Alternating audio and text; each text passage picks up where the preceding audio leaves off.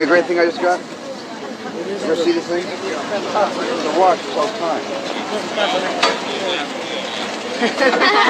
Okay? It's great. I want to steal your pants. You're one of my favorite people. Give her your pants. Hot dog. Joy, and you just radiate a beautiful energy. Wow. Julia. That's right. Do you see all those naughty kids in there? Yeah. That's where they put you. You want to go in there? No.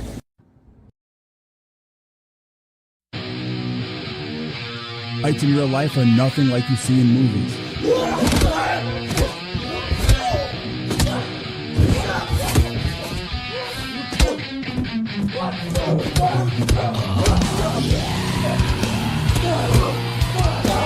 Fights in real life are...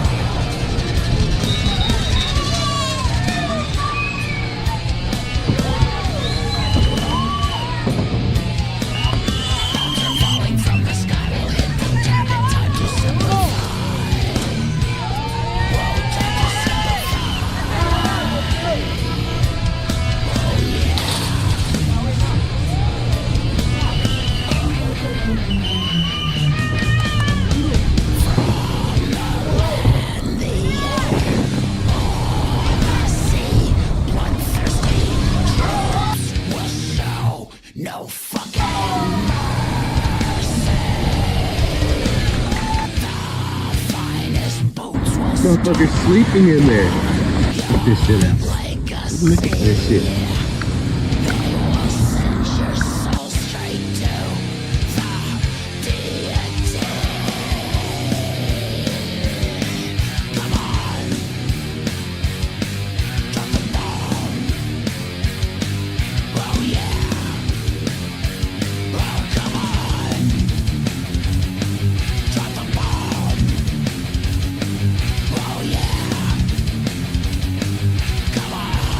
From the set he deals, that swung on, he driven deep down the left field line, toward the corner, and this ball is going to be...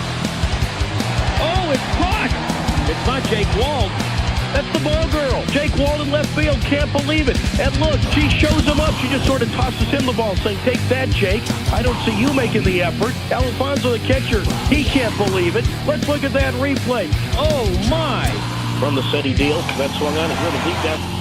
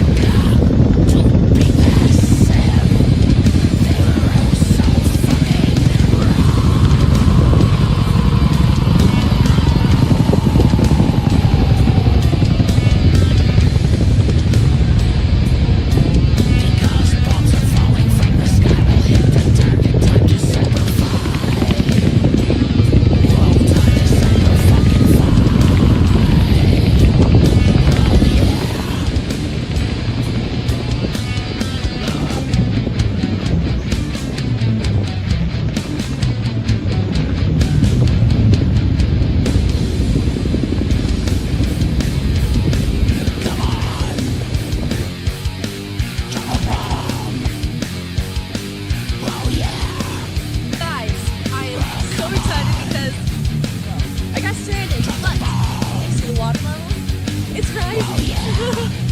Which means... Heather. Get out of here. I've been out in the sandbar for like 4 hours, so I have...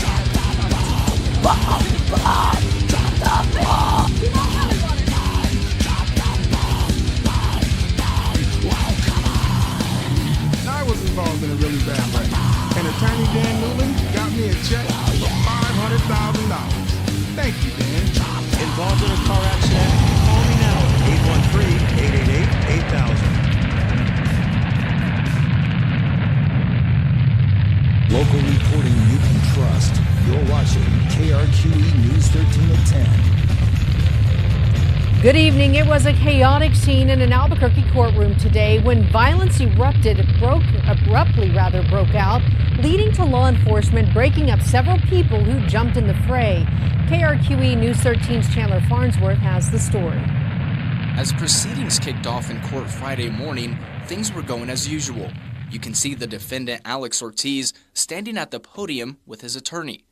Then, things were escalating extremely quickly. You see a man later identified as Carlos Lucero jump over the courtroom gate and lunge at Ortiz and begin punching him. Soon after, a second man later identified as Pete Isasi runs through the gate and joins Lucero doing the same. Then Ortiz's father, Joe Ray, makes his way into the brawl in an attempt to, quote, break up the fight, according to police reports. I think this really highlights the need for security in our courts across the state. Eventually, several other people join in before law enforcement separates everyone. According to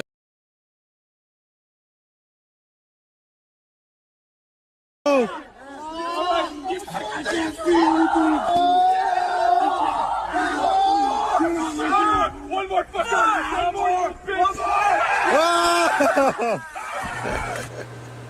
No, yeah. What's up, everybody? How you doing? We got a double dose of Rockford there. I think I know what happened. I don't know. I have a confession to make though. There's more than one me.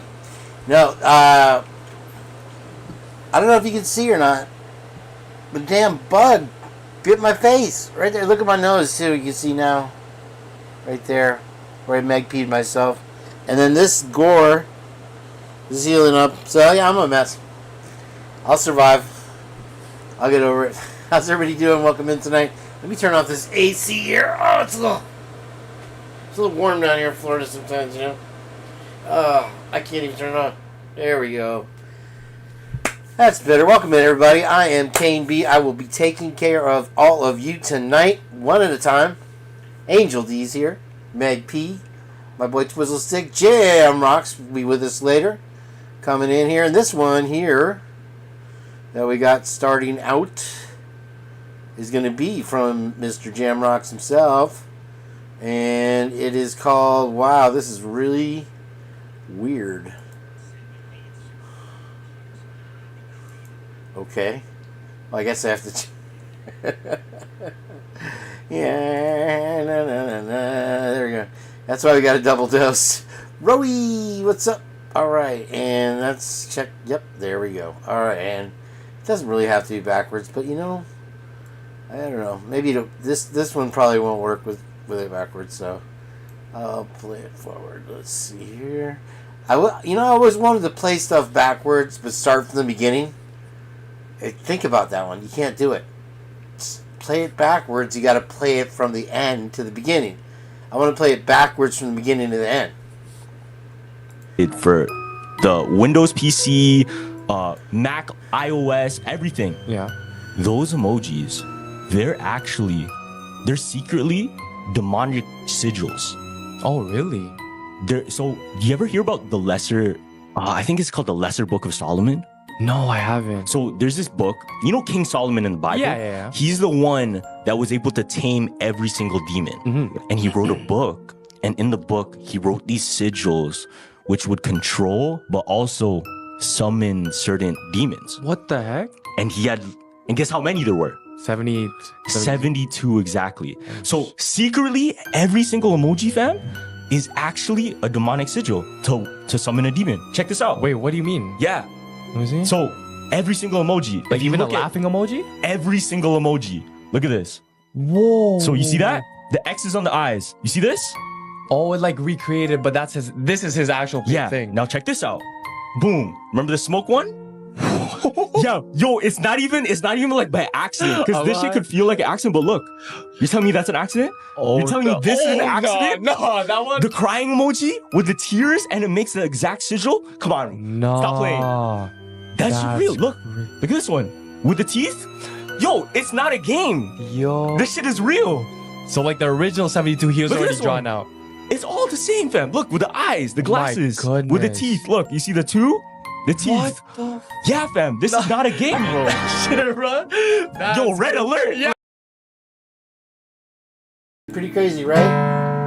Yeah, I thought I was playing over it the whole time.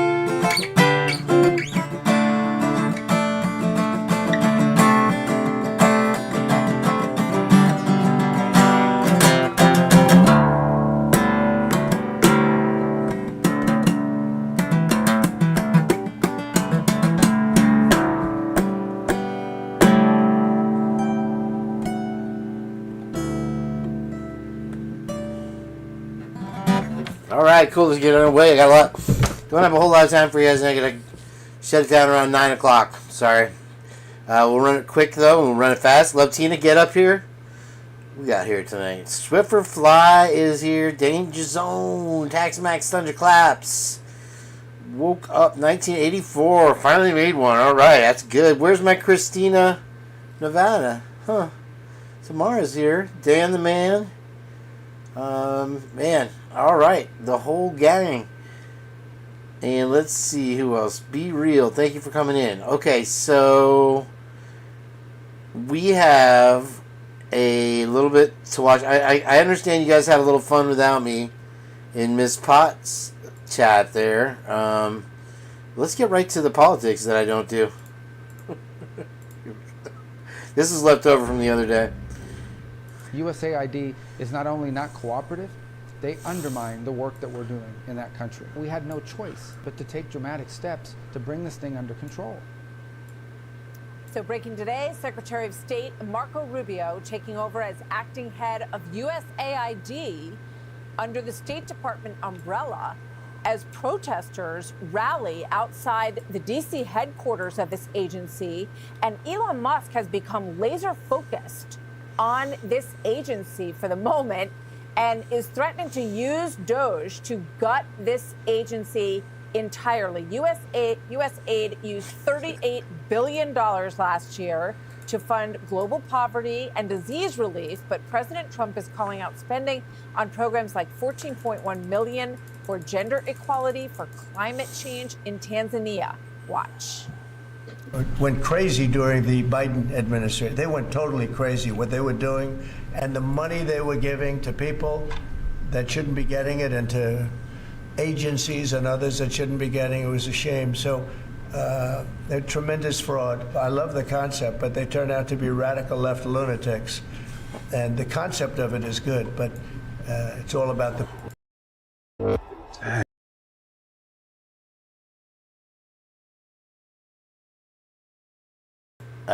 Technical difficulties here.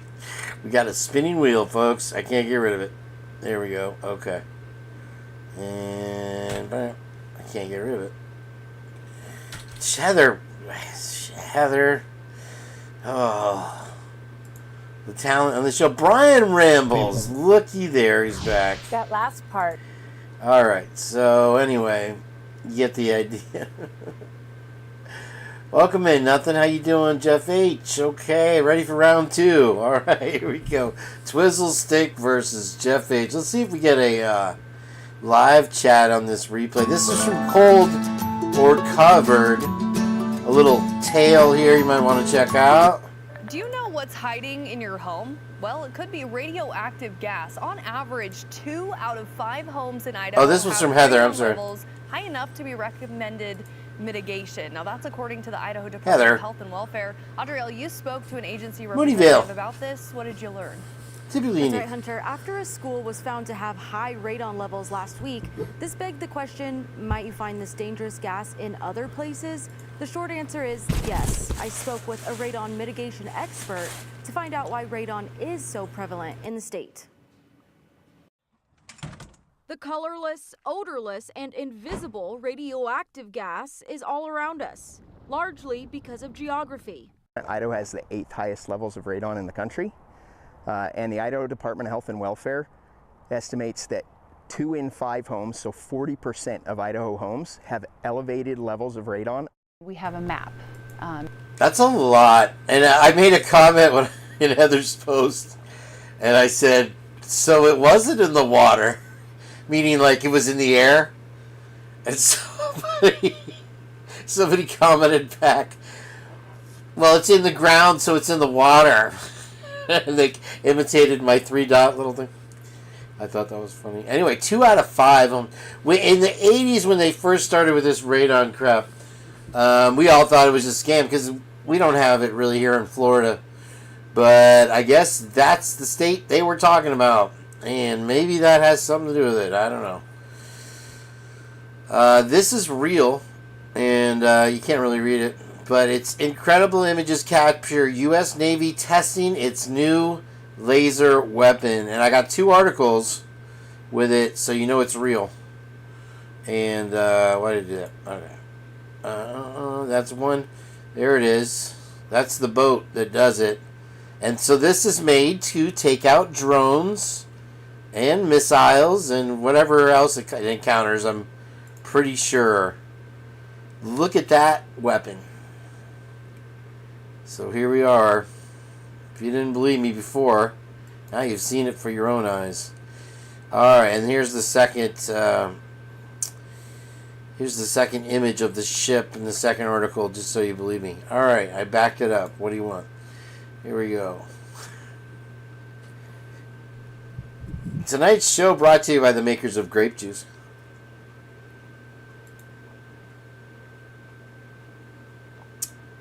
Alright, so Unsolved, let's normalize this for just a quick minute here. This will be an interesting little tale for you guys. You might like to take your minds off of things.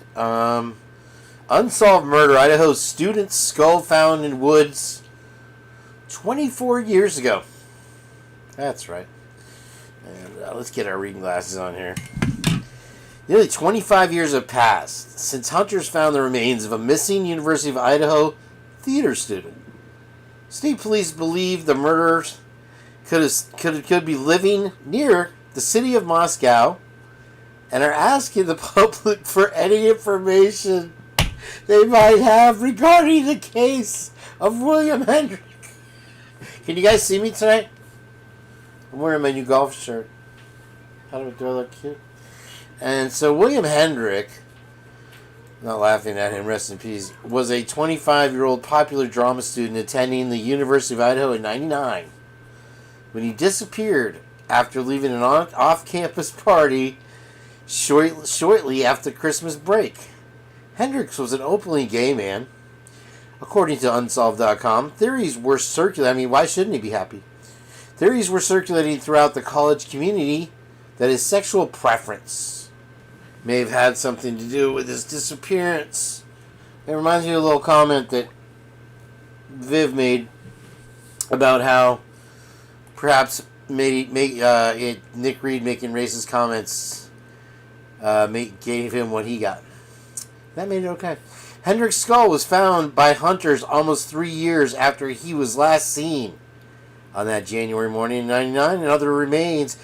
Do you think does that spin sound like a narrative, or does that just sound like Idaho?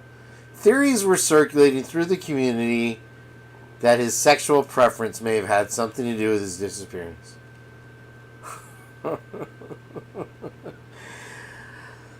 Oh.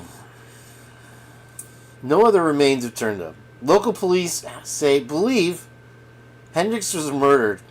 His car, a white Elantra, was found near campus with some of his most important possessions, according to Unsolved.com.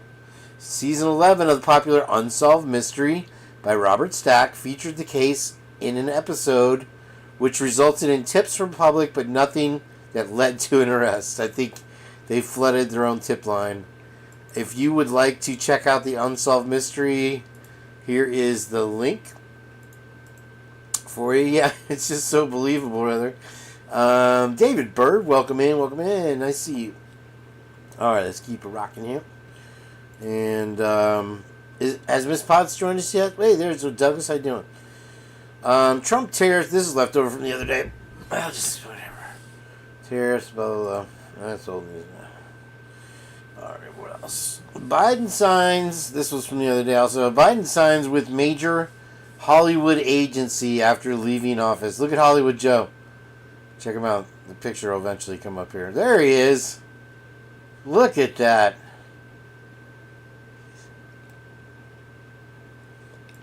It's blockbuster. This shirt is a blockbuster. All right, here it is. Rockford. Time for the Rockford Files. Rockford, would you like to call in and tune us up a little bit, so to speak, or whatever? This was supposed to be something else. That is not that. How'd you like that thumbnail, guys? Pretty cool. Here goes Rockford. Call-in music. All right, call him. I'll call him. You know, that kind of guy. 2 years in the shadows, chained by their lies. They cast their verdict under smoke. Oh, I got grape juice on my shirt already. It didn't take long. You knew it was coming, right? Just whispers and shadows in their crooked crusades. You bulldozed the truth, left the questions to fail. Yo, what's up, bro? You're on the air.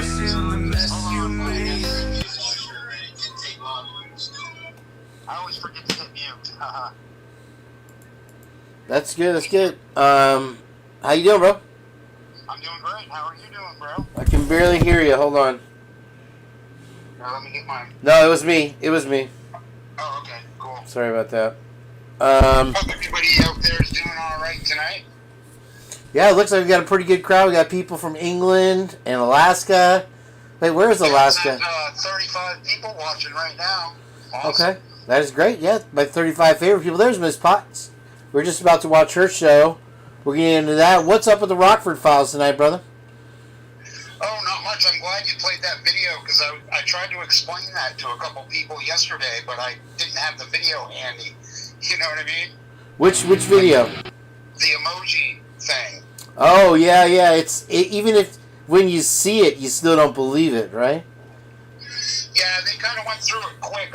I'd have to do a double dive into that, look up the actual things and put them together, but I don't know. I just send you weird shit I find. That was cool, though. No, I dug it. It's just like, wow, because everything matched up perfectly. And so I put in the title, I put, not the emojis, too. So what else is going on, big guy? Oh, not much. Just sitting here having a drink and a cigarette and watching your show. You're going to make me put you in the hush room again, bro? For having a drink and a cigarette? You should say that. No, that's what they said after that last time you were on. They said, did he just put Rockford in? Did he put Rockford in the hush room? That was at the Heather Fitzgerald. Kills me. Sorry, dude. I made a little list for you. All right, rock it out. Nothing really exciting tonight, but a couple interesting things. Number one, for the Rockford Files on Kane B's The Purge. I don't know if anybody saw this, but a Japanese Japan Airlines ran into a Delta plane in Seattle on the runway. Yeah, they were playing bumper cars. It wasn't like it was a huge tragedy. Like it made headlines like it was another helicopter meets commercial jet. Yeah, there's actually a guy on the plane that filmed it, and it was just the wing running into the tail of the Delta jet. Right. Pretty weird since there's been a bunch of airplane stuff. Yeah, a lot. It seems like they come in threes, just like Hollywood. Yeah, well, yeah, but that's like 5 in the past 2 weeks. Is it really? Wow. Well, I don't know if you saw that Alaska. It was a jet fighter. The guy had to eject, and it fell down and blew up. I saw that, and then I saw way back we had the 2 Korean planes or whatever, right? Yeah. Caught on fire. Yeah, I did see that. Was there anything to it? No, just interesting that a lot of I mean, once you get one airplane thing happen, then all the smaller. This was just a smaller one, which probably happens more often than we see. But since there was some crashes that are controversial, then you're going to see smaller ones. Yeah, they love to drum up the narrative, buddy. Anything they can do to keep you scared, they're going to do it. Yeah, scared and looking the other way. Exactly. The PSYOP continues. Yep, they don't want to see, a couple people getting called out for being funded by Big Pharma. Oh, it's so blatantly obvious. It's so disgusting. Rollamano, what's up, man? Yeah, we've been missing Brian's rambles, Brian Ramblings. He finally made it back. I haven't caught up with what's been keeping him, but it's good to see you back, buddy. I hope you weren't sick or anything. The dog wasn't sick or anything. What else, brother? Sorry.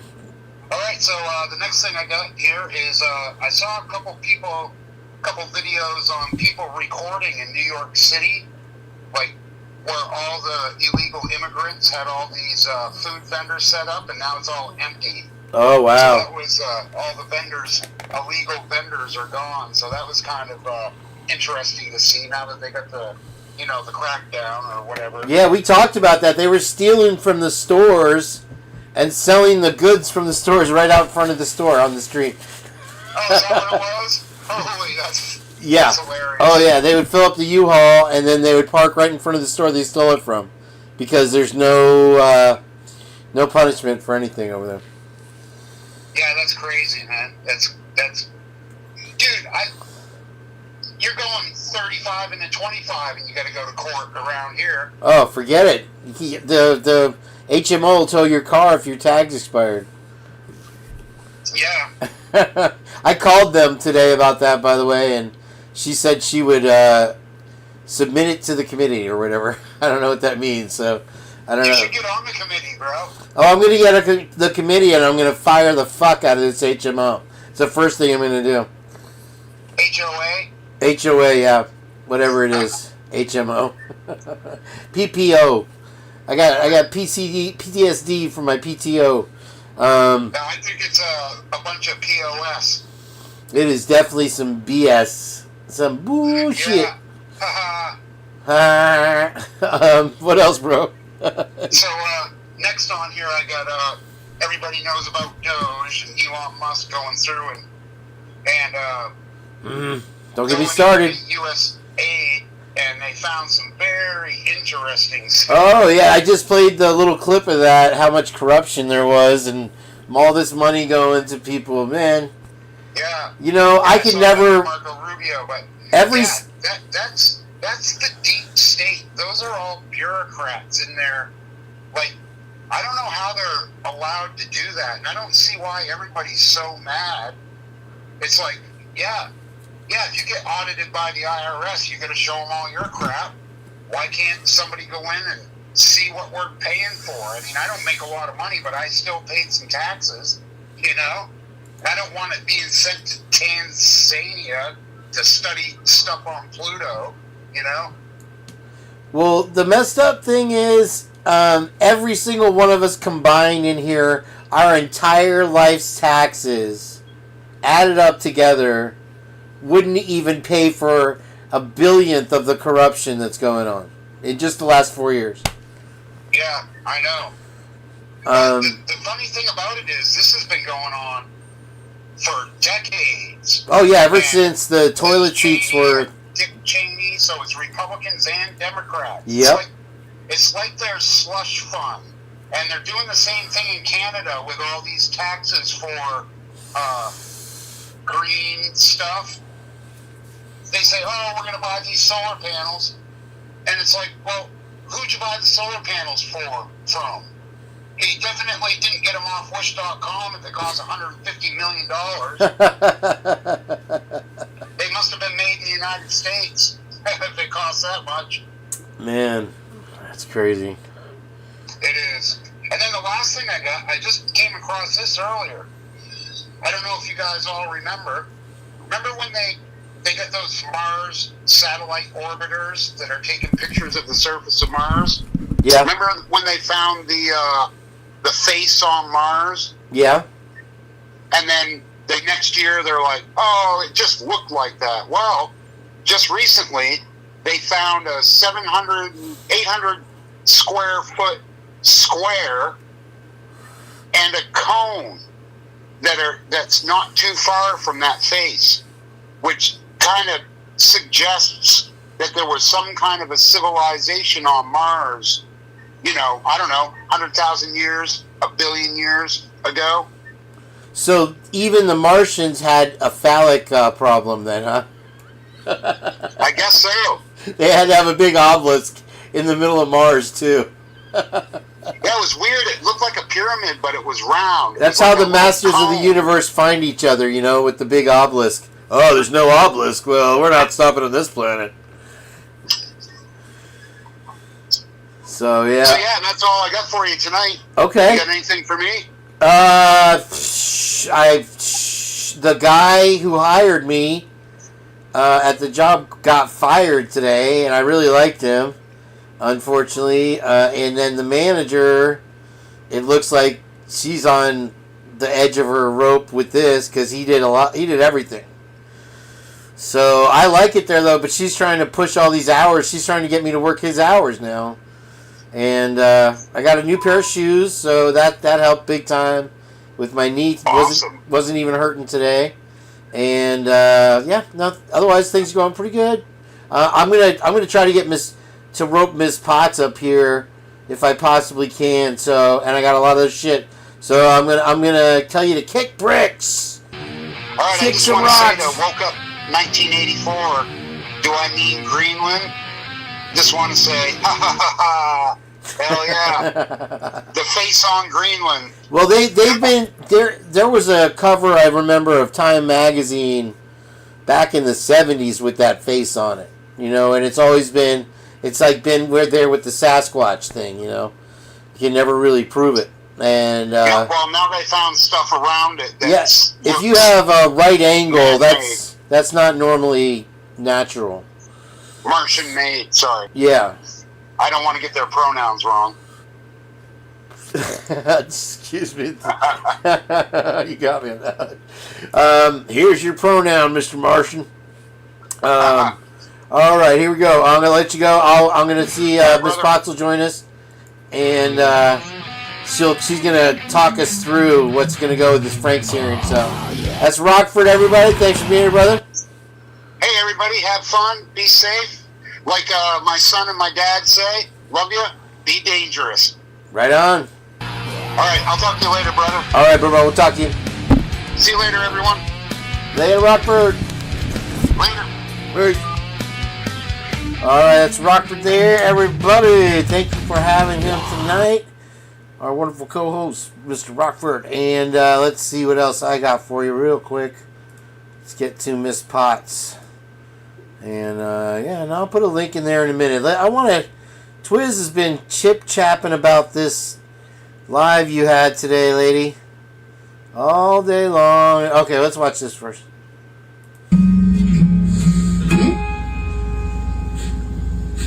Wait a second. What's that smell? You know what it is, Bear? It's you! Ooh, tell me, were you just playing in the woods? Because you smell like trees, and I love trees. Me too. All right, Rockford, get mad if I play that one. Let's see here. All right, so here it is. Let's get right to it. This is our first little post today that I saw. And why does Mallory think by March of 2023, based on everything gathered to that point, he needs to get a warrant for all phone data dating back to June 2022 to August 2022 for one victim and one survivor, claiming both accounts contain evidence of the crimes months before the crimes happened? Why does Mallory think there would be evidence related to the crimes that happened in November in the accounts of the victim and a survivor months before the victim lived there? Why does Mallory think in January 2023 Kohberger Google would be connected to two phones and that Kohberger would be searching that Google account for the phone data, i.e. location of a single decedent victim via a second device connected to the Google account. Just questions she has. And Angel D says there can only be one unique EI number for any single device. Multiple devices attached to one IMEI number means cloned IMEI, allegedly. Oh, there's more. For many unscrupulous activities, allegedly. Just saying, I'm sure at Twizzlestick and Joaquin Tonka are down with this kind of information. My opinion. There you go. Alright, and let's see now. Oh, I wasn't going to play this, but why not? Going 55 and a 30, and I freaked out. Uh-huh. Because I was on the phone. Uh-huh. And I told the cop that you fell in the shower and broke your leg so he wouldn't arrest me. I know. And he's, Mom, you're gonna kill me, but I need you to do this for me. Cameron Nanette. Mom, he's following me home to make sure you're okay. Mom? Where are you? I'm right here. Are you okay? Mom? What? Are you okay? I don't know.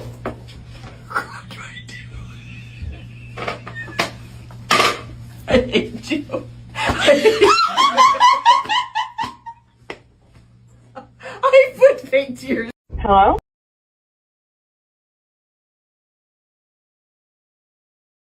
Robinson 911, where's your emergency?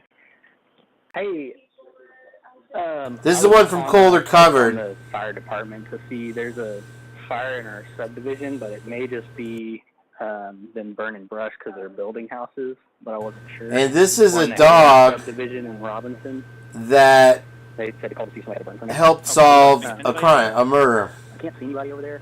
It's back by the trees. And we did have lightning, so that's why I wasn't sure too. Okay, I can get someone headed out that way to check on it. Okay. Alright, thank you, sir.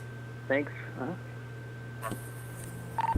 April 5th, 2023.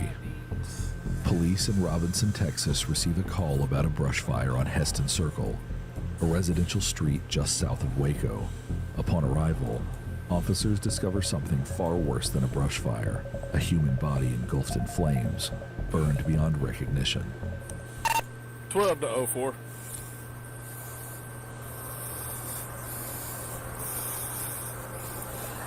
Good. I need you to get fire, CID, and 04 out here. This looks like a body that's burning.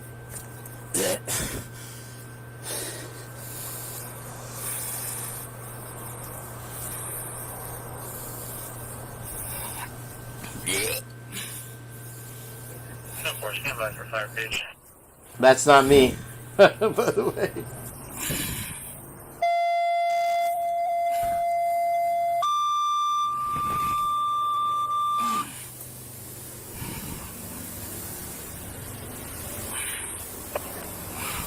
Robinson Fire Unit, around 2500 block of Yoder Lane, 2500 block of Yoder is going to be the last street off Heston Circle.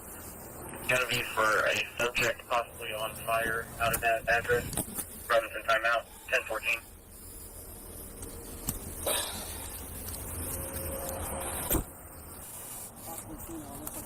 I got to about right here where I hosed it with the fire extinguisher. G1 to G1. Did you copy all that radio traffic? Did you just spit on it?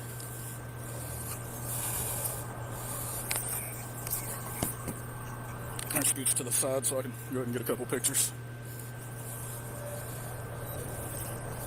When I parked here, I was like, all right, that looks like some logs laying there burning. And as I got up close to that, looks like a leg laying there. And then I got a little closer and I'm like, that's a body. It's a grim scene. Rain is falling steadily. Hail is coming down hard. And there's another element adding to the complexity of the situation, making an already challenging moment even more difficult. Go ahead, reposition your vehicle. Okay. What's up, puppy?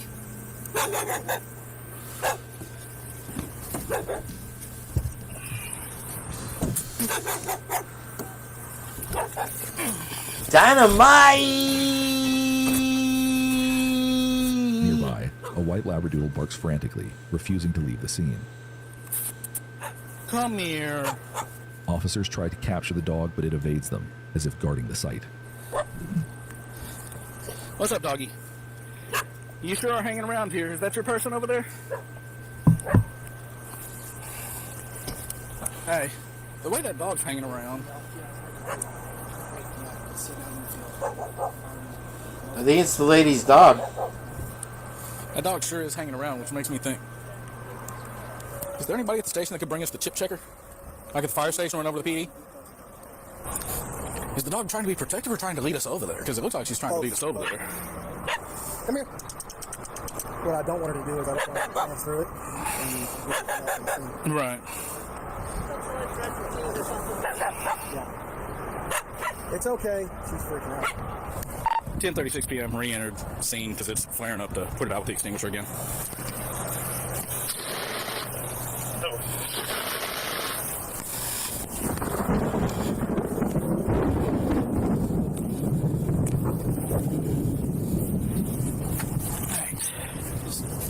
Leave that over here because it's got about one more squirt. Where did you guys watch this? You didn't watch it on here? All right, now grab off to your right. You guys watching other programs?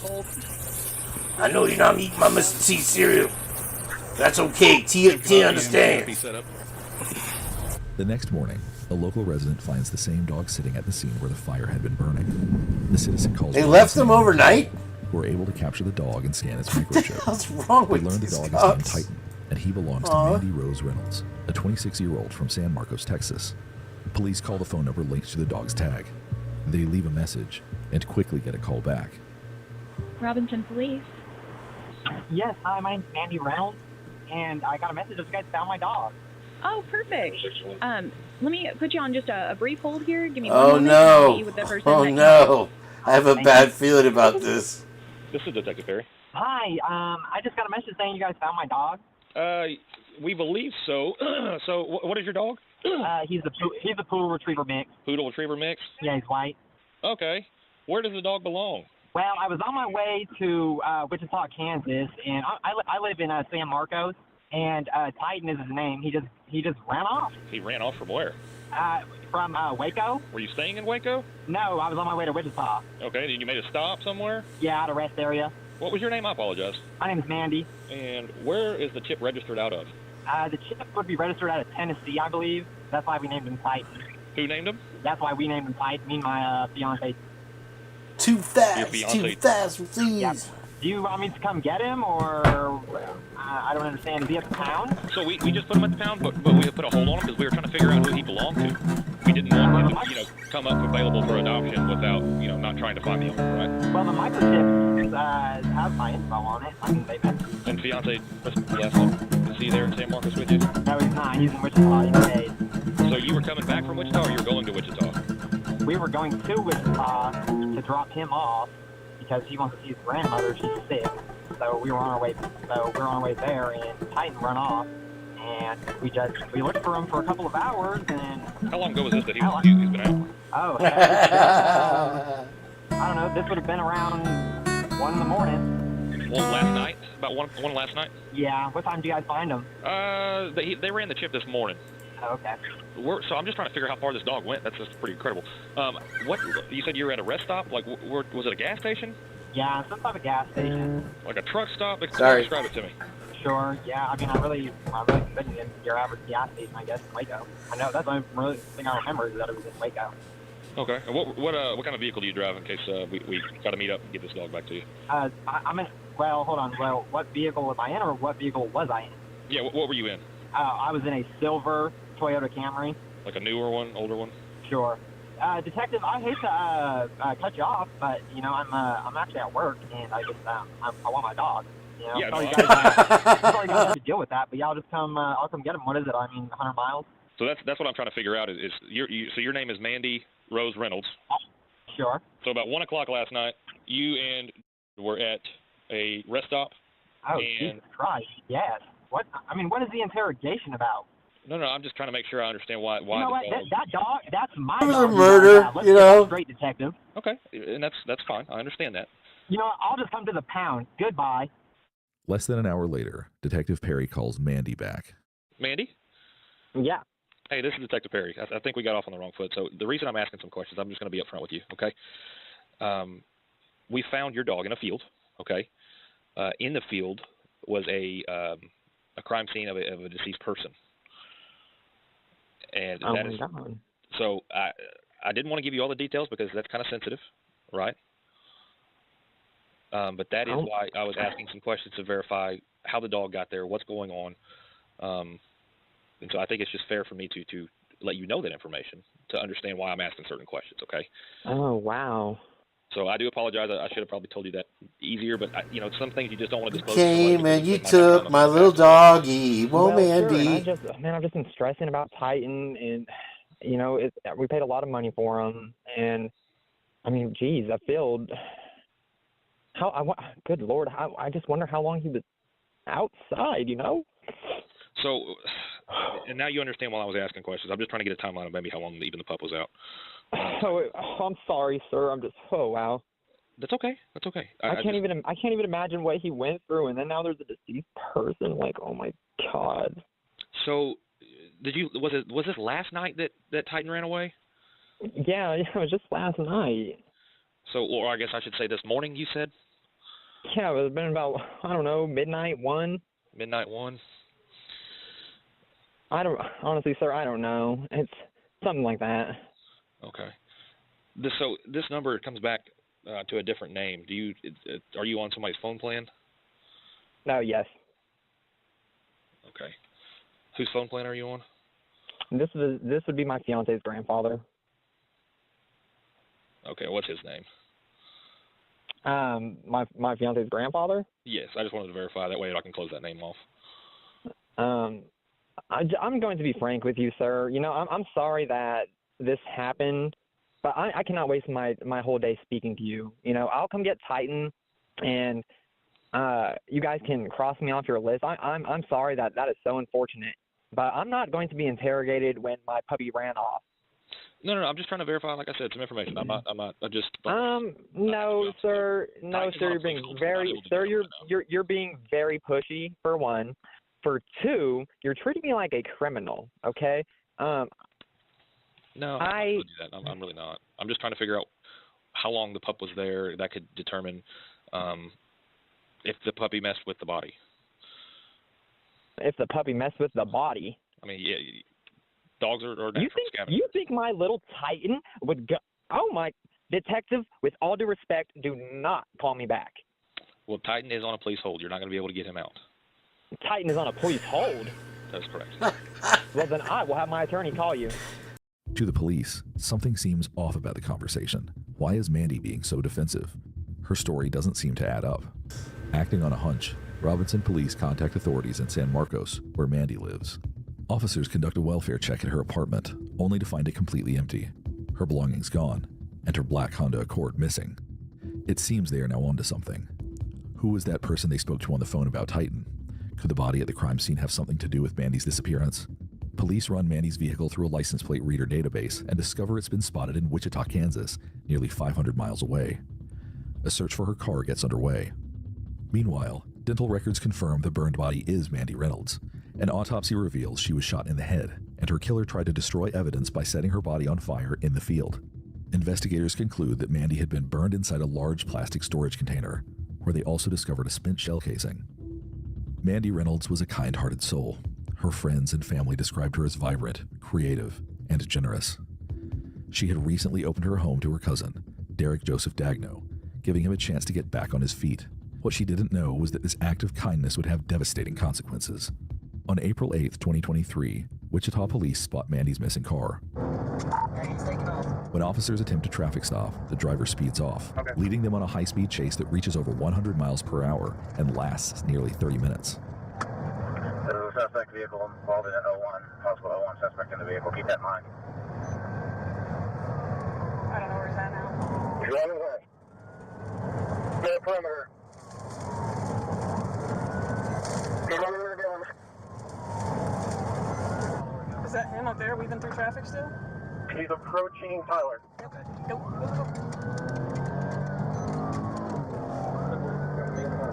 Right up, right here. now. Take us to the backside. They've got 3 up here. Sure, I'm right now. Take us to the back. Watch that bike. Yeah, suspect description.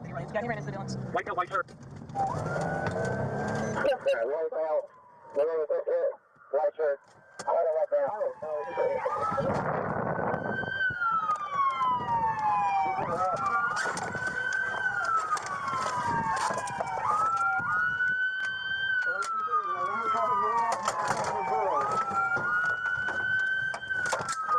They get out the long rifles. Get in your car!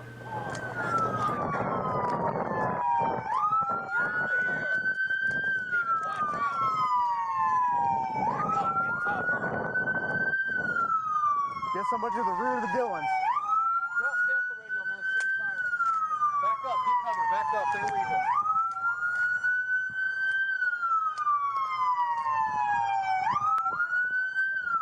Come out! Come out! Come out! Come out! Come out! Hey, my man, get your family out of here. You're fine. Hey, come here! Come here! Where'd you go? Get him! Get him! The chase ends at a grocery store where the driver crashes the car and then flees on foot into the store. He's able to hide for a little over 2 minutes on a shelf behind canned goods before police finally discover and arrest him. We have people in the store. We have it. What's it? 283, we're in the store. Let's get a bunker in here. Look, he's over there. I hear something yelling.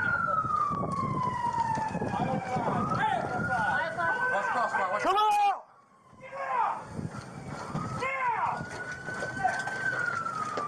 You make any movement, you will be killed! I got hands. Crawl out!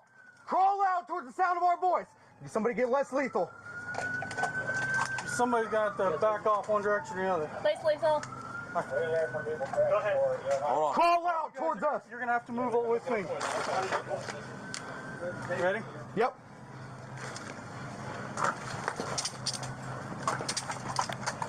Pull them out. 283, clear the air.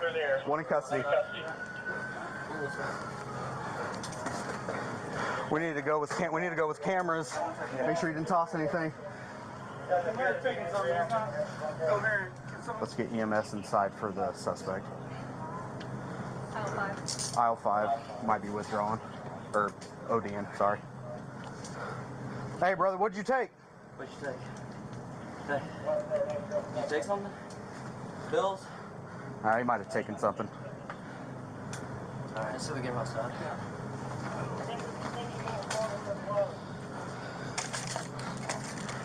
Yeah, we gotta go that way. So someone stay here and make Yeah. sure The car, too. The car. Hey, can I get one of you guys to stay here so we can just down our... Yes. Thank you. A lighter fell out of his pocket. That's fine. Just making sure there's nothing. Frankenbeans! Frankenbeans!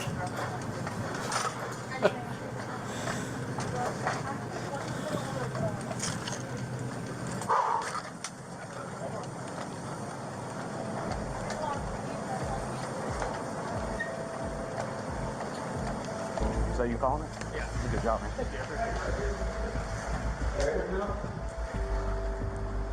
He's identified as Derek Joseph Dagno, Mandy's 27-year-old cousin.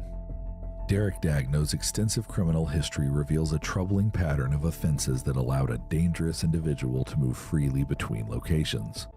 Investigators are finally able to connect the dots. Derek had been staying with Mandy in her San Marcos apartment.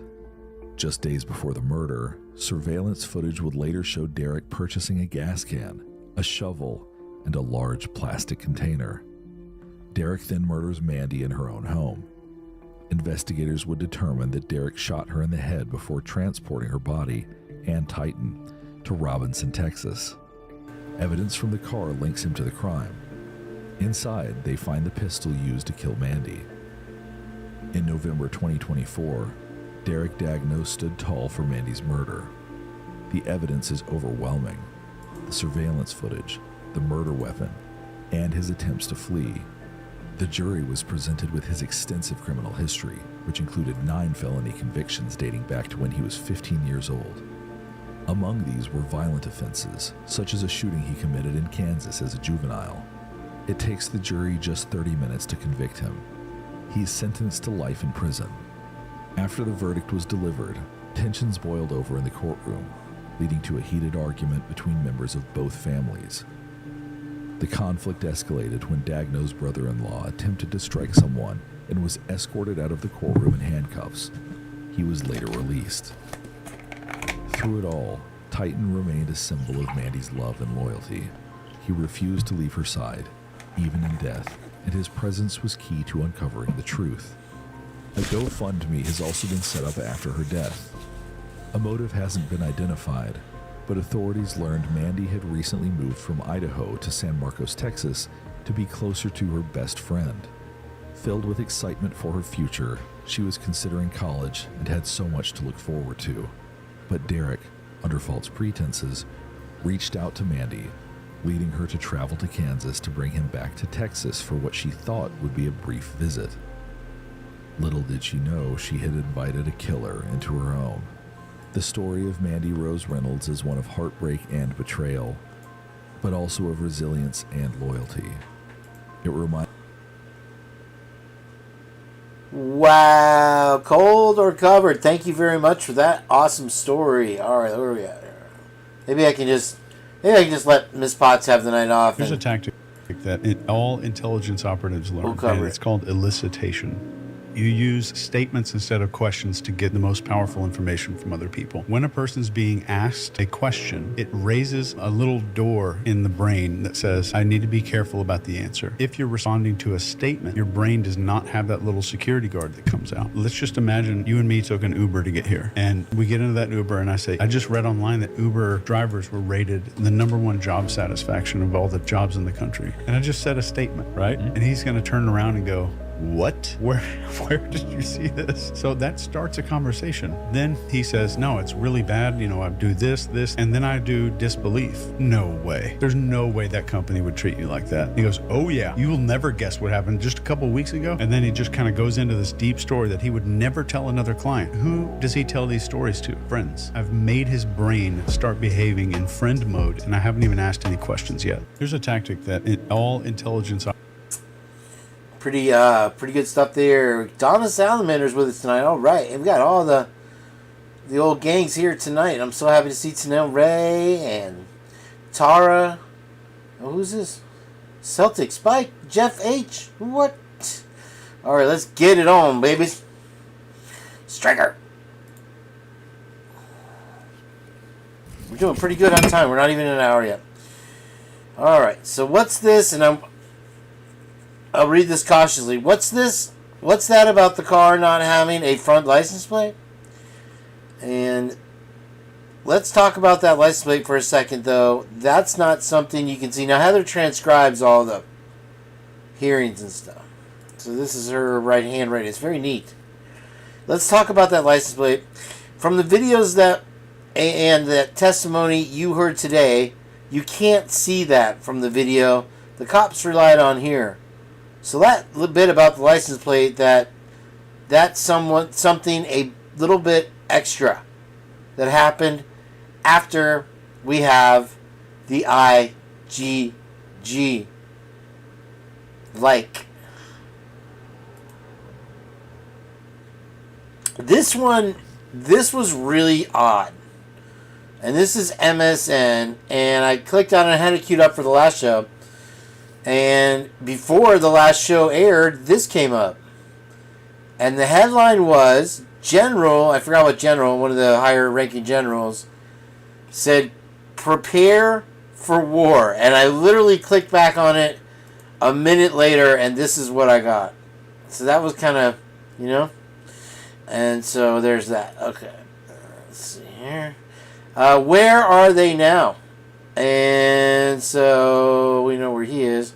This is Alex from and most annoying characters has to be Alex Dunphy. She's the super genius sister of Haley and Luke who loves to show off her brain power. But on her real life Instagram, she likes showing off something else. She's recently colored her hair bright pink, which has made a lot of people question her transformation. Unlike her conservative. Discover your new Nissan right now at Nissan of Clearwater. At Coachella with her boyfriend this year. She was seen getting into bars with trendy clothing. Yeah, it looks like Modern Family's paying Ariel pretty well. Her fans go crazy for her bikini shots on Instagram. I assume Ariel will have to change her hair back to black when they begin filming the next series of Modern Family. Do you prefer Alex's uptight persona or Ariel's real-life wild side? For now, it seems like she's loving the freedom and is acting like a true Hollywood teenager. Let's just hope she doesn't go too far like other people. Alright, so there's Alex from Modern Family. Let's see here, and almost through the first window, my lord, and we just hit 1 hour. Shooting leaves a woman dead in Lewiston, a man hospitalized. 38-year-old man, a 36-year-old woman dead. Here's the story. How to change the way you Or the pizza. commercial. Step 1, What is grab a it? delicious Papa Hey, Murphy's pizza, all right. Step 2, bake. can sponsor me. Step 3, chow down on the deliciousness. That looks good. Order the fan favorite cowboy Papa pizza right Murphy's. now at papamurphys.com. Never even heard of it. Developing news tonight, Lewiston police reporting the death of a 36-year-old woman. Police responded to the 400 block of Park Avenue for shots fired. That was this morning. They say they found a woman dead at the scene. An injured man was also discovered at the scene and hospitalized. Authorities are now investigating, and if you know anything, you're asked to please call the number there at the bottom of your screen. Can you believe Northern Quest let me test drive their next Mercedes giveaway? I can never get over them asking the public to help. That'll never work for me now. I'm sorry. They've totally ruined it in Moscow. Okay, let's see. Around here, they usually just solve the crime. They don't really ask the citizens who are just living their lives and raising their kids and doing their jobs to help them solve crimes. In Idaho, every time, dog missing, we're asking residents to please report to the nearest FBI. There were so many in Pinellas County today that I didn't even have time to click them all open. And you can just see for yourself. This is the one I wanted to show you. And it involves a murder suspect at the Pinellas County Jail who died. That's right. LaFaro Williams, 45, was booked into Pinellas County Jail on November 19th by Pinellas Park Police Department. Yay, Rockford's favorite. For murder in the first degree, possession of a controlled substance with intent to sell, possession of a controlled substance, trafficking in meth, trafficking in fentanyl, and felon in possession of a firearm. On February 3rd, around 8:30, Williams was transported to the hospital for medical reactions and was pronounced dead at 8:57. At this point in the investigation, detectives found no evidence that Williams was involved in any physical altercation or sustained any injuries while incarcerated in the jail. This is, I want to say, about the 5th inmate that they've lost. One, they broke his back on the way to the jail. He didn't even make it to the jail. They literally put him in a wheelchair for life.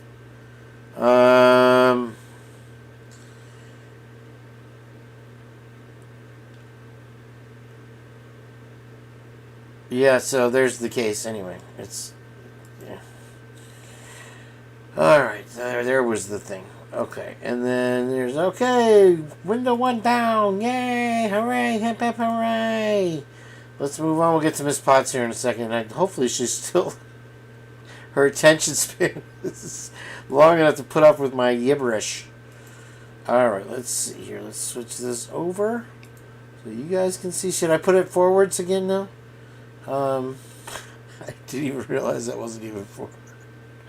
Lie. Okay. It's true. It's not a lie. Believe everything they say. Alright.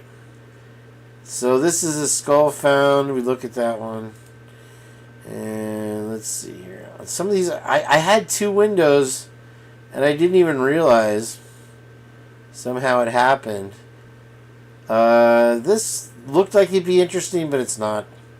And then... Do you know what's hiding in your home? We saw that. Yeah, we saw that. We'll get to it. There's the laser. Well, told you, it's repeat. I don't know how. Repeat. I don't know what happened here. There's that. Keeping up with everything. Da da da da da da da. Hollywood Joe. There he is. Alright, we're getting there. Ah, yay. It looks like her camera froze. I've only gotten this far. So far, I don't know. What it... Maybe it would help if I unmute, huh? Good morning. Good morning, good morning, good morning. All right. Might be cap and trace and everything that they did there. Yet, even after arrest, Mowry is obtaining Google Warrant 1. And he is referencing 2 phones, 1 Google, 1 IMEI. That is exactly, and he's referencing that Koberger. So Mowry isn't saying that they are asking Google to use Brian's account to give them the phone information of or location of a single decedent. What they're saying in their warrant is that Brian used his phone, this Google account, to locate, to search for the location of a single decedent, i.e., the phone information and the location. Now, I'm only giving the example of, because I'm in that exact situation with the exact same setup with my phones and Google. So if for some reason, God forbid, my daughter was to go to the mall and then didn't respond to me, or I'm hearing like something happened at the mall, my daughter's not answering me, I can absolutely use my Google account to find that other device, right? If I thought, God forbid, my daughter was dead somewhere in the mall, there was a mass shooting, I'm not getting any answers, I can absolutely track her location through everything with Google because of how I have the account synced to the one account. I have 2 devices synced to 1 account. Okay. So I hope everybody's tracking what I'm saying here. Okay. So even after his arrest, even after December 23rd, when they know that his cell phone data would not show his communication with any of these people, it would show he's not on their tower dump, right? It would show, remember, his first attorney in PA, he assumes they have a cell phone data. Well, if you're not communicating through text or cell, like calling each other or texting, but you're communicating through Google Drive, Google Docs. I mean, that is a way for people to communicate with each other, and it doesn't have to be through text, and it doesn't have to be through phone call. Now, I'm saying this because we know that after they get the Snapchats back, they go to her Reddit. They get a warrant for Reddit. And it's put out on December 1st. Okay. Now, I think it's returned December 19th, if I remember correctly. And if I remember correctly, that is also the return on, which one is it? I have it here somewhere. December 19th appears to be a significant date for a couple of returns. We'll go through it, right? The point that I'm getting at here is that if he was communicating with Kaylee, this is all purely my opinion, right? If there is a connection, I believe it's through her. I believe that it is somehow through Google, and I believe that it's somehow through Reddit. It's just my opinion. Just my opinion. Okay. Don't fucking come for me. It's just my opinion. I'm fully speculating here based on warrants, when things were returned, what they're learning, who they're looking at, blah, blah, blah. Right. It's just my brain here. Christy, how you doing? Tonka, how you Susie, doing? you just twisted my nuts. So, something, you know, the thing that gets me about the Reddit, right, is that because that's something that people have used against him. Oh, well, he's the psychopath who put out this Reddit thing, right? This Reddit survey that was part of his school project or whatever, right? And people have used that Reddit survey to say, oh, see, this was him, you know, trying to recruit people and shit, right? I know that's what people have said. Amethyst, how you doing, honey? Thanks for being here. So,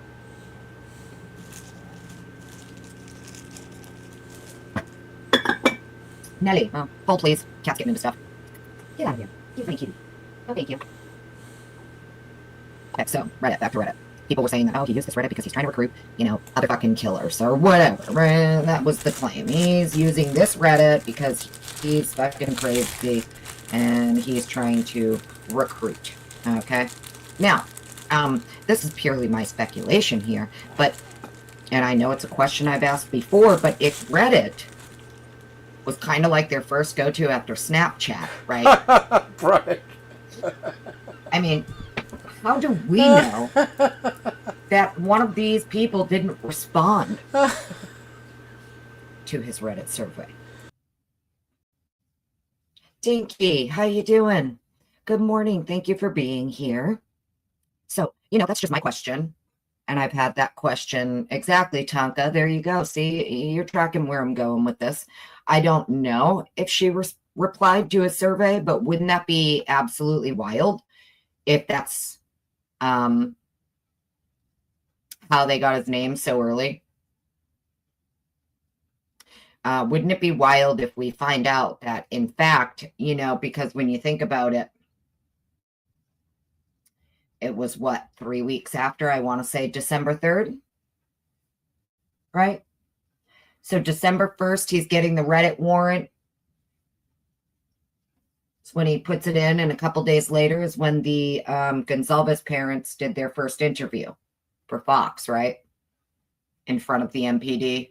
And that's kind of when Steve seemed very, very angry and don't make me do it and blah, blah, blah, right? Be alpha. I think that was approximately about 3 weeks after the crime. And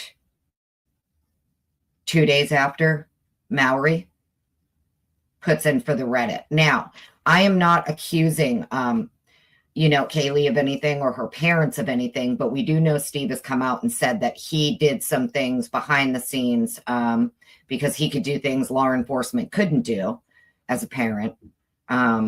Breaking into phones, I think, is a direct quote from him. He broke into phones, plural. You know, I'm just saying, if I'm a parent and, you know, I find out that my kid's been murdered and not maybe exactly sure what happened here, but I have the ability to access their phone, their accounts, and get into their stuff. It's pretty interesting that this Reddit shit pops up. And, you know, the Reddit's only for her. It's very interesting, right?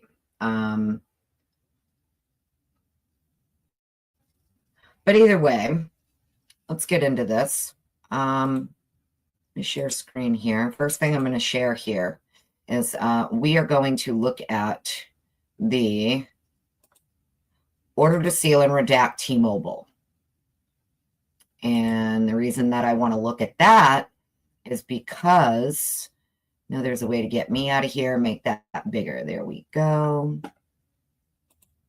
So what we're looking at here is the search warrant for T-Mobile.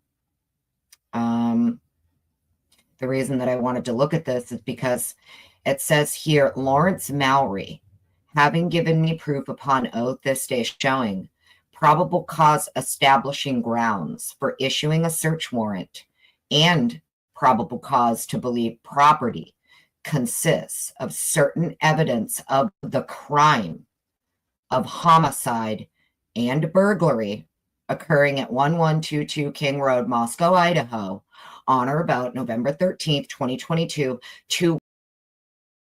Does that bother anybody else that they call it a burglary as opposed to a breaking and entering? Because it doesn't appear that anything was missing from the house. It doesn't seem that that was the intent for burglary. Maybe just that's the way they define it in Idaho, but it normally be B&E. It's something that I've brought up before. With user account information, location data, and stored communications held by T-Mobile. He's asking for the time period of June 23rd, 2022 to August 1st. Okay? He's saying certain evidence of the crimes of homicide and burglary.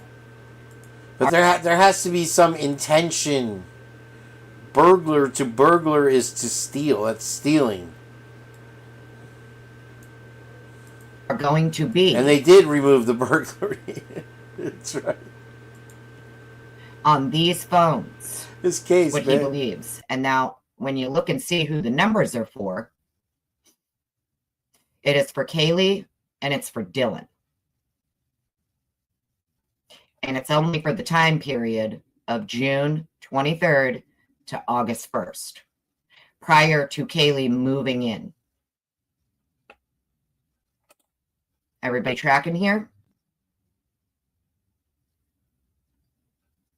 Okay.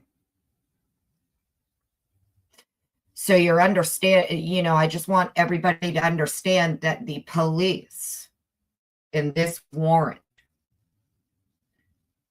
are saying, this is the police, by the way. This isn't me. This is Lawrence Mowry is saying that he believes evidence of the crimes of homicide and burglary are going to be in the phones of Dylan and Kaylee between the times of June 23rd to August 1st. So that's not me saying that. That's the police. So I think it's very interesting that, and this is everything he's asking for. He wants all customer subscriber information, including any listed addresses, listed telephone numbers, social security numbers, dates of birth, names, addresses, customer identifying information, mobile handset or device identifiers. Hey, Contessa, how are you? Activation date, deactivation date, point of purchase or location device was purchased if applicable. He wants the device purchase information to include date, time. Well, breaking and entering you don't have to break anything. It's just crossing the threshold of a private residence is breaking and entering. And location, prepaid refill cards, etc. Any email address associated with the account. Call detail records, CDRs. He's requesting CDRs for Dylan and Kaylee from June 23rd to August 1st. In the event the requested call detail records contain other service provider customer numbers identified as either incoming or outgoing calls, the service provider shall provide the subscriber information for those specific numbers identified. Cell site information to include all known cell towers associated with outgoing and incoming calls, CDRs. This information to include the sector, azimuth for each identified sector, cell site location, handoff tower and sector, time on tower, and any other related material that would be necessary to. Did Douglas just say discount Jason Bourne? He's like a flea market Jason Bourne. Identify the location and sector in reference to the cell site information. He wants cell site locations for all service provider sites. Location information to include any estimated or known longitude and latitude of the cellular device's current location or approximate location. Information received by cell towers in reference to direction and distance from the tower a device may be located. So this is for timing and triangulation. Radio frequency signal strengths, direction and transmission information. And then all text messages, SMS messages, blah, blah, blah, and cloud data. Now, he puts this in March 30th. This whole damn thing is a fairy tale. 2023. Okay. So March of 2023, Lawrence Mowry is telling T-Mobile that he needs all of that information for Kaylee and Dylan's phone from June 23rd to August 1st of 2022, claiming that those phones are going to have evidence of the crimes of homicide and burglary.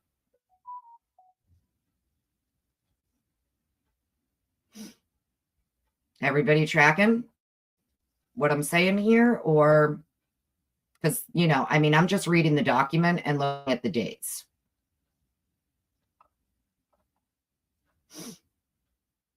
Bye, Hoppy. Hope you have a good day.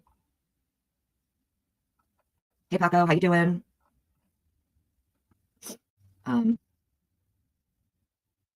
So isn't it very interesting, right?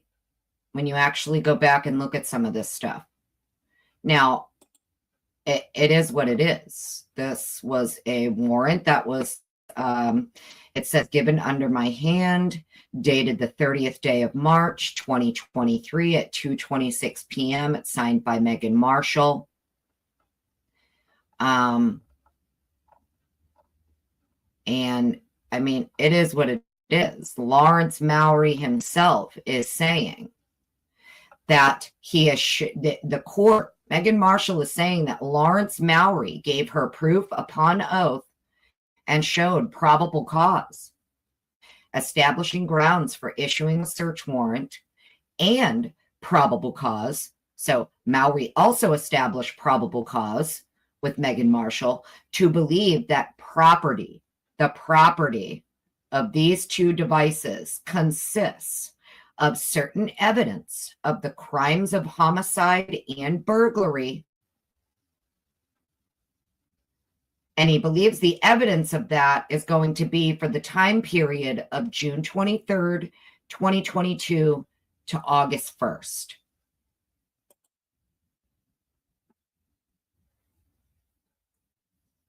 Okay. Well, I understand that, Fitzy. Trust me, I get it. I know they can't be trusted. The point that I'm getting at here is that even after Brian's arrested, they know his data is not, it didn't give him what they thought it was going to give. Everything the FBI got, it didn't give them what they thought it was going to give. And you have Mowry here telling the court, hey, I believe that these two girls, their phones are going to show some evidence of these crimes, and it's going to be between June 23rd and August 1st, that I believe that evidence of the crime is going to be in their phones on these dates. So he's not saying that he believes evidence of the crime is going to be in their phones in November.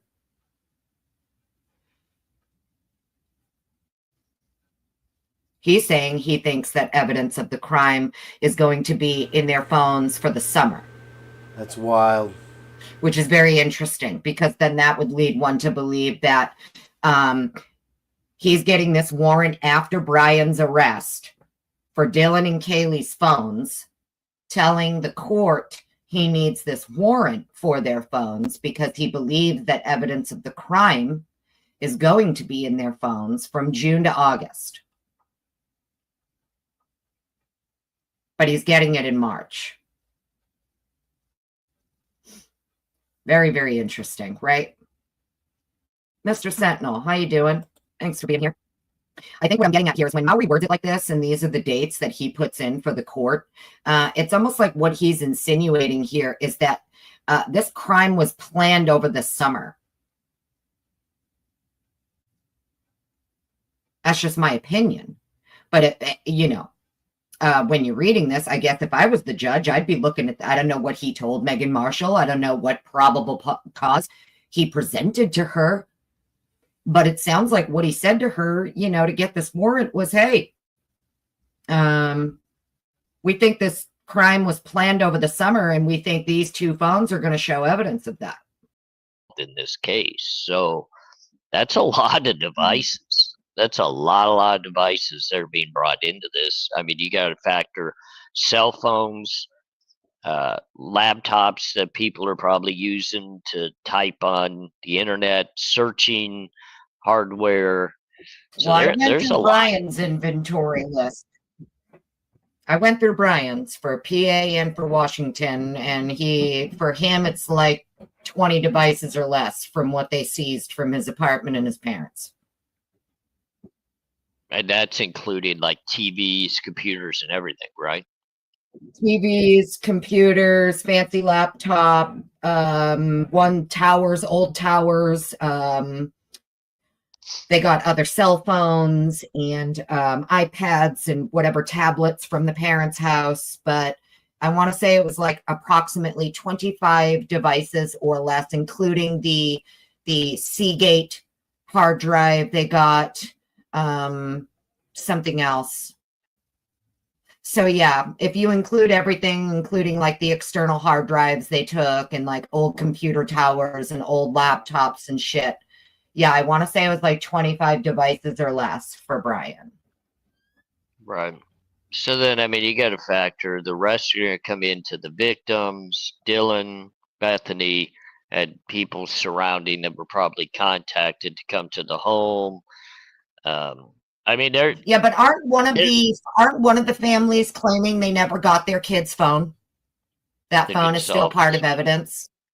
Steve and Christy, yeah, the Gonsalves. So Kaylee's phone supposedly has not been returned, and you got to figure in that would be a part of the burglary charge. They kept everybody else got physical devices back even after the forensic downloads of the phones were done, but hers was kept as part of physical evidence in the case. I mean, I was almost figuring maybe her cell phone left. I mean, could her cell phone have been stolen from the property? And that would add to the burglary charge. I mean, that burglary charge in there, and I know. No, because Kane says that they did forensic downloads of all the phones, including the victims. All 4 victims and 2 survivors. Yeah, but you don't even have to have the actual phone to do that. They've phone dumped all my information off my phone without even having my phone. They got everything off of it because of the OneDrive and everything. They're able to get anything and everything off the phone without even having the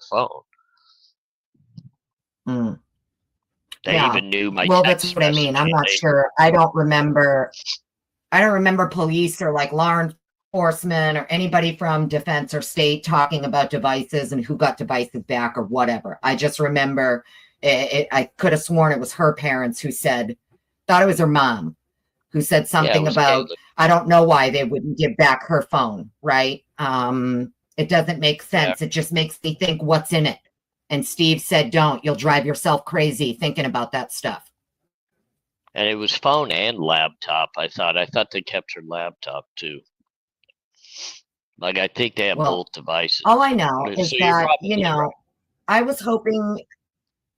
I'm just glad that I got to have a conversation today to get some of the stuff out of my head that's been bugging me, because when I look at the dates of all of this stuff, it's unsettling. Okay. And the reason that I think it's so unsettling is because some people they go either way. They're either 100% he's innocent or 100% he's guilty. For me, it's unsettling because I don't have my mind made up.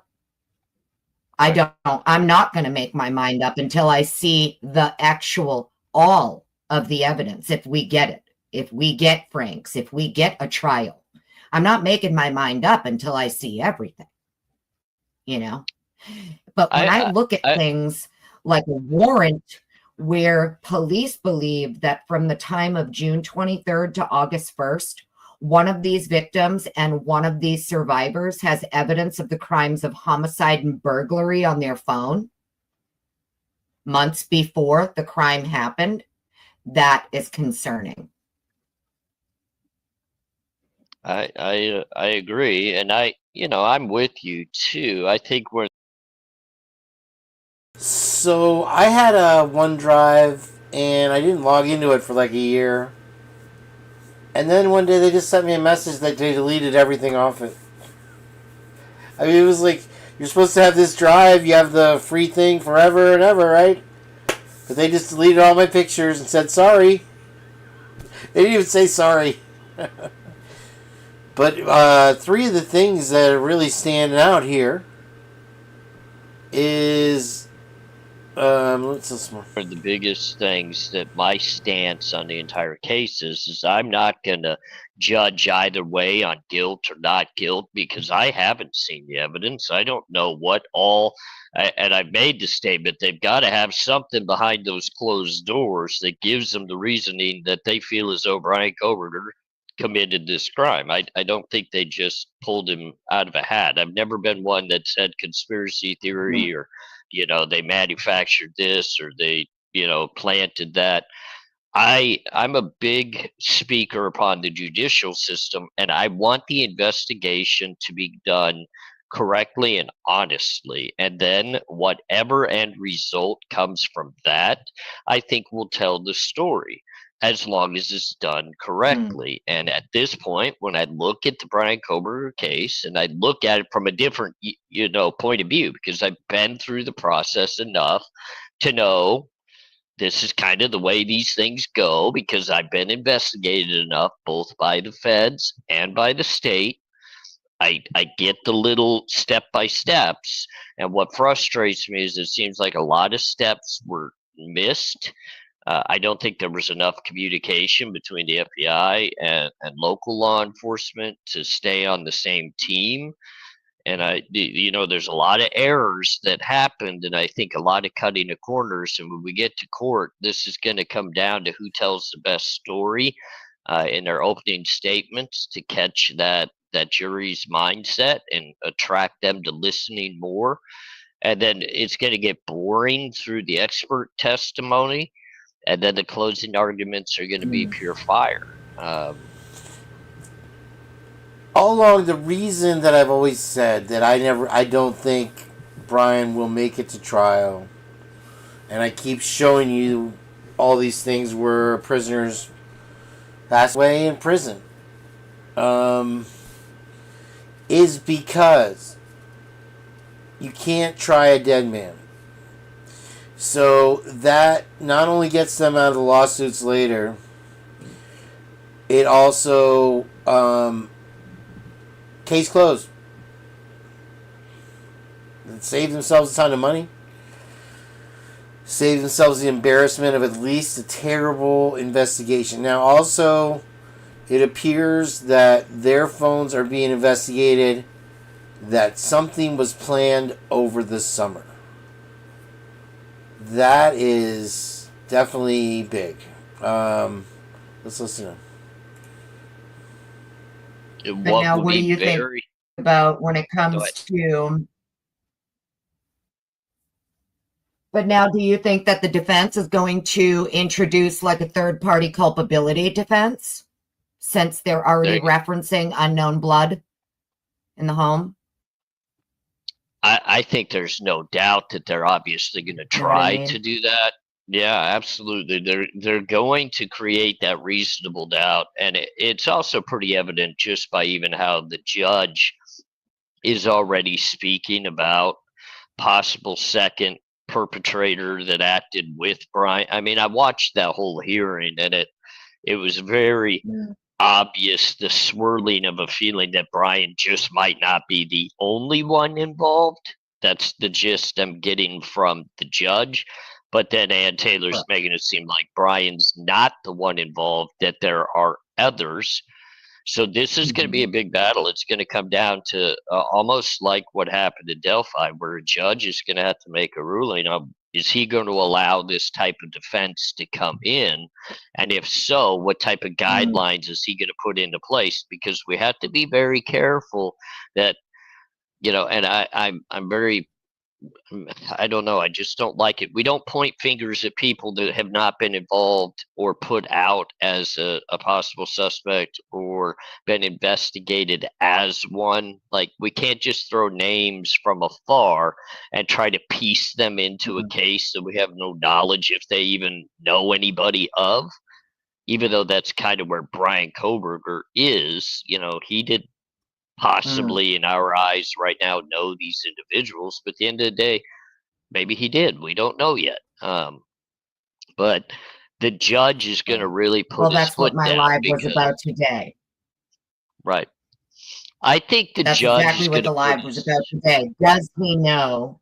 Does he know one or more of them? Was kind of what I was getting at with this live today. Is it possible that it would appear to me the connection comes from Kaylee, and this is how they got his name very early on.